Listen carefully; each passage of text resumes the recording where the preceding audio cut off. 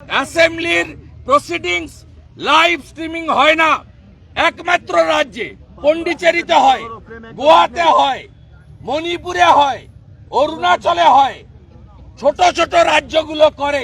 এদের লজ্জা নেই? হিন্দু বিরোধী সরকার, রাজ্যের সরকার, মুসলিম লীগ টুর সরকার, এই হিন্দু স্বার্থে বিজেপি লড়ছে, লড়বে। দুনিয়ার হিন্দু, দুনিয়ার হিন্দু, বাংলার হিন্দু, বাংলার হিন্দু। হিন্দুদের ধর্মীয় কাজ করার ক্ষেত্রে সংবিধান সব ধর্মকে অধিকার দিয়েছে, কেবলমাত্র হিন্দুদের উপরে কেন বারে বারে আক্রমণ? সাঁইথিয়ার 5টা গ্রামে 14 তারিখ থেকে ইন্টারনেট পরিষেবা বন্ধ। আপনারা কেউ ক্যামেরা নিয়ে যেতে পারেননি ওখানে। ধারা 163 এর উত্তর মুখ্যমন্ত্রীকে বিধানসভায় এসে দিতে হবে। কোন সোমবার পুলিশ দপ্তরের প্রশ্ন উত্তর হয় না এবং 20 তারিখে বাজেট অধিবেশন শেষ হবে।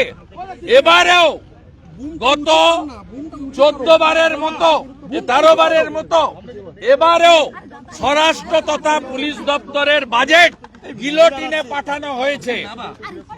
এই বিধানসভায় মুখ্যমন্ত্রী এবং তার সরকারের যে দায়বদ্ধতা তারা মানতে রাজি নন। বিধানসভাকে প্রহসনে পরিণত করেছেন, আমাদের একাধিক এমএলএ কে সাসপেন্ড করেছেন। আমরা ভিতরে এবং বাইরে সমানে প্রতিবাদ চালাবো। ক্যামেরা নিষিদ্ধ ভিতরে, তাই প্রত্যেক দিনই রাস্তায় এসে জনগণের কাছে আমাদের কথা বলতে হচ্ছে।